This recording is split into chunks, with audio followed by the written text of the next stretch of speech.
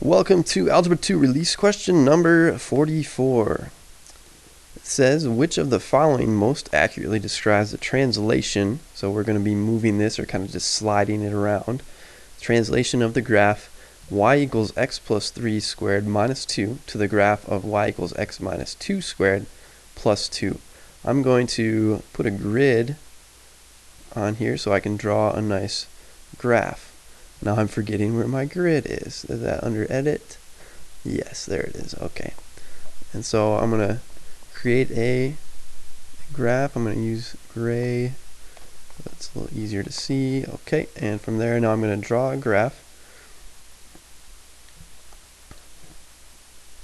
I'm going to use some straight lines. What I'm doing here is going to be more than I really need to do to solve the problem, but I want you to understand both algebraically and graphically where this answer is coming from. And I need to change that to black. There we go. So there we are. So this is my y-axis. Here's my x-axis.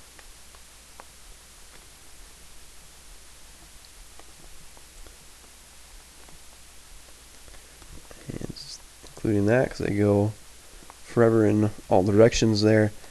Okay, and from there I'm going to do this part, or graph this part in red, and I'm going to go with blue for this other equation. Now, in general,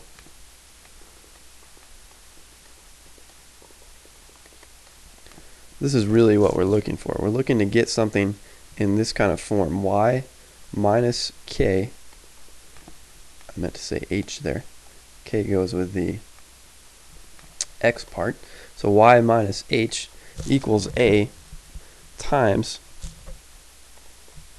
the quantity x minus,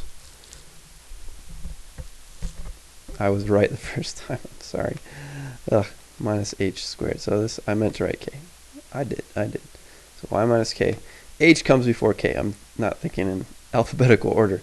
So y minus k equals a times x minus h. What all that means, these x's and the y's are variables, but the k's, the a's, and the h's, these are constant terms. The vertex is at hk in this format. So when you have it in this form, when your equation looks like that, you can assume that your vertex, either the maximum or minimum value of the parabola, is at hk, and the a value tells you if it opens up or down. So if a is greater than 0, it's opening up. If a is less than 0, being negative, then it opens down. Now this is, again, a little bit more than we really need to know to solve this one, but I want you to understand more than just the basics, because you might not see one that's quite this straightforward. And so in red, I'm going to work out this so that it looks like this form right here. I want to get it into this form, so I want to move the 2 over to the other side. So I have y equals, I'll just write it as it was to start, and if I add 2 to both sides, that'll cancel there and there. I've got y plus 2 equals, and then it's like there's a 1 in front there, so I'll write that in for now, and equals 1 times the quantity x plus 3 squared. But it doesn't look like this form exactly, so I can write it to get it into the form it looks like this. Think of this as minus a negative 2, and think of this as minus a negative 3. So considering it like that, now I know my vertex. Where's my vertex at? My vertex is at hk. So h is negative 3, the value after the x. That goes along with the x, that comes first, and then negative 2 as a value after the y. So that's my vertex for the red equation. Now the blue equation, I've got y equals x minus 2 squared plus 2, subtracting 2 from both sides gets it into this general form that I want. So y minus 2 equals, it's like there's a 1 in front, x minus 2 squared. This canceled right here. So now it's already in this form with minus signs in it. I don't have to change any to a minus and negative. I don't have to think of it like that. The vertex is going to be at 2 and 2. And so let's graph these now, at least a sketch of where it would be. I'm not going to graph everything super precisely, but I do want to graph the vertices precisely.